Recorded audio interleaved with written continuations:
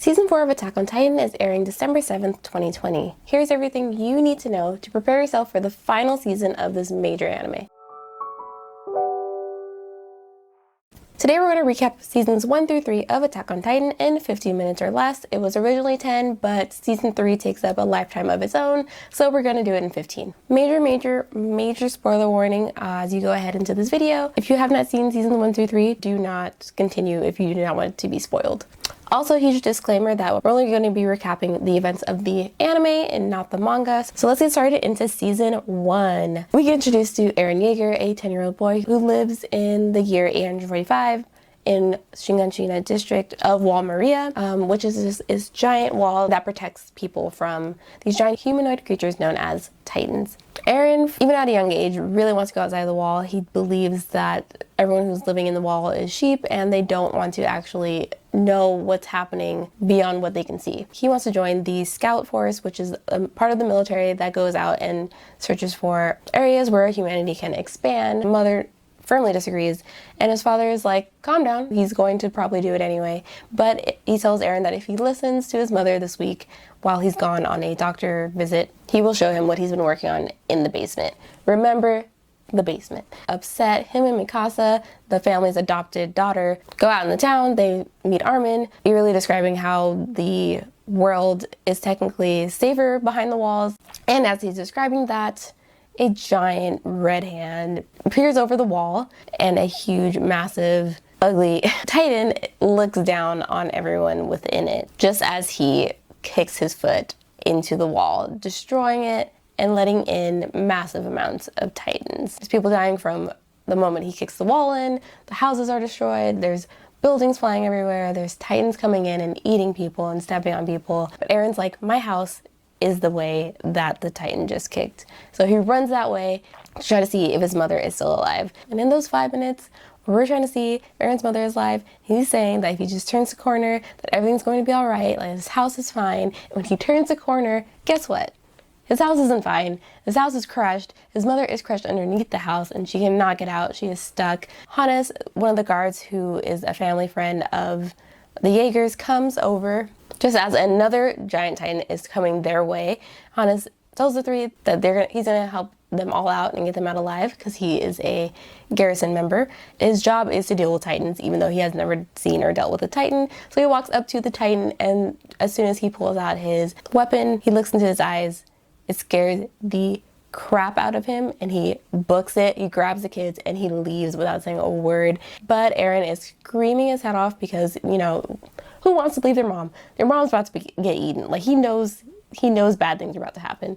And of course, what happens, this giant smiling blonde Titan comes up and grabs Carly Yeager, Eren's mom. Bad things happen. You know, she did. She had the mom ponytail, like it was inevitable. Armin, Eren, and Mikasa are able to escape, and we see them 5 years later as teenagers joining the 104th Cadet Corps, which is the training for the newest military members who are going to be responsible for reclaiming Wall Maria and taking down the Titans within it. During the course of the training, we meet a slew of new characters like Jean, Connie, Sasha, Annie, Bertold, Reiner, Ymir, and Krista. And we get to learn about their backstories and the reason why they decided to join the 104th Cadet Corps. Towards the end of their training, remaining cadets, which include Armin, Eren, and Mikasa, as well as a slew of the new characters that we had met, get to decide which part of the military they want to join. They can join the garrison, which is the part of the military that Hannes is a part of. They are responsible for taking care of, maintaining, and protecting the walls. They are the first line of defense for Titans who come into the wall. They can join the scouts, which is part of the military that goes beyond the wall to look for places to expand, like the civilization, as well as research. And there is the military police, which is the top of the top, and they are only responsible for the royals and the wealthy members of the society. Eren convinces a lot of his fellow cadets to join the scouts, and they do. But the day after graduation, guess what happens? The Colossal Titan returns. Eren, waiting for this moment for 5 years, attacks directly, like as soon as he sees him. However, the Titan disappears out of thin air. Meanwhile, in the city, where Titans have now entered and are attacking the cadets as well as the other parts of the military, we meet Armin literally about to die. He's about to get swallowed, but Eren comes in and he reaches into the Titan's mouth and saves Armin and gets eaten. His arm flies off, and Armin watches his friend die. The main character is dead in the first 5 episodes. What is happening? Mikasa finds out that Eren is dead. In a fit of rage and anger and not thinking straight, she goes out, kills a bunch of Titans, but she gets tripped up by one of the Titans and almost gets eaten. However, she gets saved by another mysterious Titan who actually fights the other Titans. He collapses, and we find out that that Titan is actually Eren Yeager. Once the military and the government finds out that Eren can turn into a Titan, their immediate thought is to execute him because he is a threat, he is a Titan, like he is the enemy. So they try to execute him, but he turns into a Titan, saves himself and his friends, but he doesn't escape, he gets captured again, and Erwin, the commander of the scouts, wants to keep Eren alive to find out why he can turn into a Titan. He also wants to learn more about Eren's father, Grisha, and the secrets that may be hiding in the basement. At Eren's trial, Erwin convinces the government to let the scouts take Eren on a mission outside of the walls to see if he can be useful.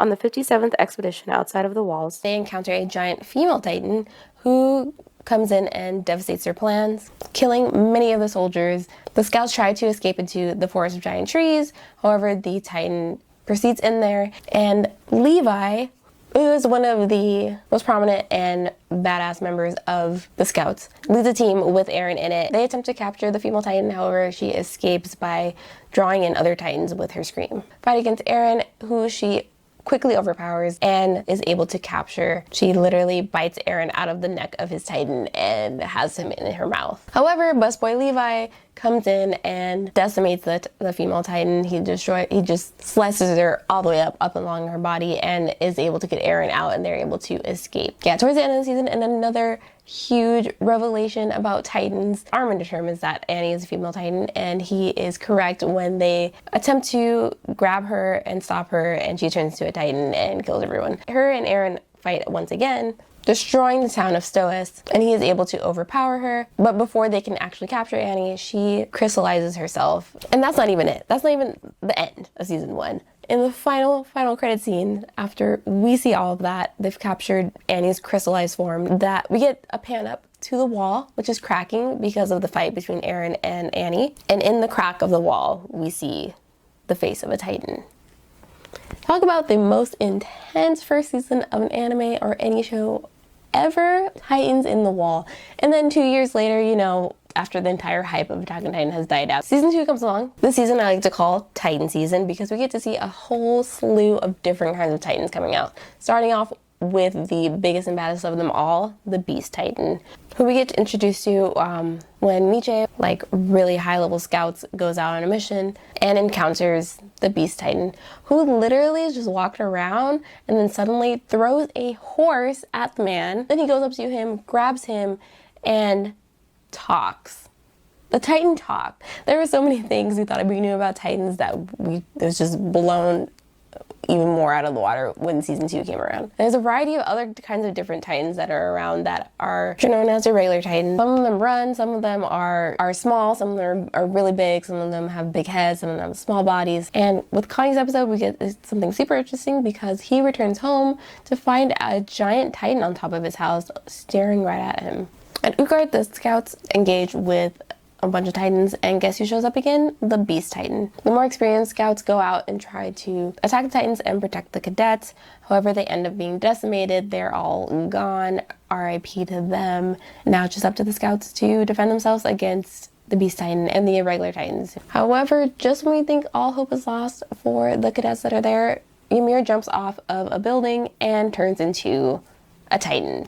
So Ymir is one of the characters that we met in the training part. She's one of the 104th cadets. We get to see a history between her and Krista, who Ymir finds out is actually a royal and is hiding her identity. After Ymir and the scouts take down the rest of the irregular Titans, Krista tells Ymir her real name, which is Historia. As they're surveying the wall, Bertolt, Reiner, and Eren are talking, and Bertolt, in a fit of his own confusion, unfortunately, admits that he is the armored Titan and that Bertolt is the Colossal Titan. Like, if y'all remember when we found out that Bertolt's skinny little butt was the Colossal Titan, Mikasa tries to take them both out before they can transform, but it's too late and they're able to capture Eren. I think this was the first time Eren's gotten kidnapped and retreat into the forest of giant trees. And Ymir surprisingly follows. But Ymir is totally different because she knew she was a Titan from the beginning. So she has her own plans, and she and Eren talk to Reiner and Bertolt about what they're doing there and why they are the Titans and what was their whole purpose for destroying the wall in the first place. Reiner has really messed up view of the world because he really actually became friends with all of the cadets, but also his mission was to destroy and kill all of the cadets. So his entire psyche is very skewed, and they don't really get a clear answer from either one of them. It's not really like they had the time to anyway, because Erwin, the master of plans and a super crazy, amazing commander of the scouts, heads straight in, leading a giant horde of Titans behind him. And as he's heading in, he gets his entire arm chomped off by a Titan on the way there. Like, what a G. Like, he is an OG. Well, the scouts are able to rescue Eren, however, the Titans are right on his tail. He comes face to face with the Titan that killed his mother. 5 or 6, I can't remember, years after the event. So he is literally standing there in shock, frozen in place, basically defenseless against this giant Titan because he has no ODM gear because he got captured. The giant smiling Titan is peering down at him. Hannes, the drunken guard that we met in season 1, comes in and tries to save Eren and try to make up for the past where he let his mother die. And unfortunately, that does not end well for Hannes. R.I.P. Hannes, you try to be a real one. And Eren screams in a fit of rage and sadness after all the despair that he's been through, not being able to save his mother, not being able to save Hannes. He's also unable to turn into a Titan at that moment. And then Mikasa smiles at him and says, "Thank you for protecting me." I don't remember at this point if they went into the backstory of Eren and Mikasa and how Eren saved Mikasa, but that was a very important, sad moment where she said that, and it was actually the right thing to say at that moment because Eren, in a fit of rage, yells and punches the hand of the Titan. We get revealed that he has a super extra Titan power. Besides just being able to turn into a Titan, he also has the ability to control Titans with his screams, and a bunch of Titans come and eat the giant smiling Titan in another crazy season finale of Attack on Titan season 2. And because so many people have turned out to be Titans, the government and the scouts have determined that Titans are humans. All of the Titans were originally humans, and this really messes with people. Levi is the one to say this at the end, in that final part. He was like, "We've been killing humans this entire time." That was probably the heaviest line of in existence. Before I move on to season 3, please make sure to like, comment, and subscribe to the Anime Tea. New episodes out every Wednesday and Saturday at 4 p.m. Pacific Standard Time. Turn on that bell for notifications just in case you forget what day. And yeah, let's move on to season 3. They had to split it into 2 parts. It was so intense. But season 3 I like to call Levi season because a lot of the stuff in the season had to do with Levi. Shout out to Levi. Starts off first with Squad Levi. Duh. The government wants Eren in Historia because, you know, Eren's a freaking Titan. Missions were unsuccessful and he was attempted to be kidnapped. So the government wants him. Krista, who ends up being Historia, we end up finding out, is the illegitimate child of Rod Rice, who is the actual monarch of the wall. There is a puppet monarch of the wall that the government put in place. But the real actual monarchs, the real actual royalty of the wall is the Rice family. And of course the government wants her because they want to destroy her because, you know, she stands in the way of the entire plot of the government. So yeah, Squad Levi sets up a plan to trick the government into believing that they actually took Eren in Historia, but they don't. But during that whole entire plot, Levi runs into Kenny the freaking Ripper. Just when you thought the Titans couldn't get any crazier or that the story couldn't get any crazier, they introduce a human who is more crazy than the Titans. How? Isayama, explain. How do you do this to us every single season? Just start off with some craziness. Also, the entire fight scene between Levi and Kenny is probably the best work that Wit Studio has ever produced in its entire existence as a studio. Meanwhile, Erwin and Pixis is a high-level part of the military police. He and Erwin come up with an idea to overthrow the current government. The coup d'etat. Oh, while that's happening, Eren gets kidnapped again, you know, for the 3rd time. And as he's passed out, he actually begins to remember how he got the Titan powers, and it has to do with his father. Yeah, not too long after the breach of Wall Maria, Eren's father found him, and he showed him the secrets of the Titan powers, puts a syringe in Eren that turns Eren into a Titan and has Eren eat him. Eren ate his dad. That's the most important thing you need to know for season 3. Eren eats his dad and becomes the Titan. While that's happening, we get to also learn about the Rice family and their history. Anyway, they're descendants of the founding Titan. Once they're able to turn into Titans, they actually have the ability to erase people's memories so that they don't remember how the Titans came to be and like the actual history of Titans and where they came from. So that's why everyone in the wall has no memory of how they actually got there, how they got into the wall, where the Titans came from, or anything that actually happened to them, including the royals and people who have been around for a long time.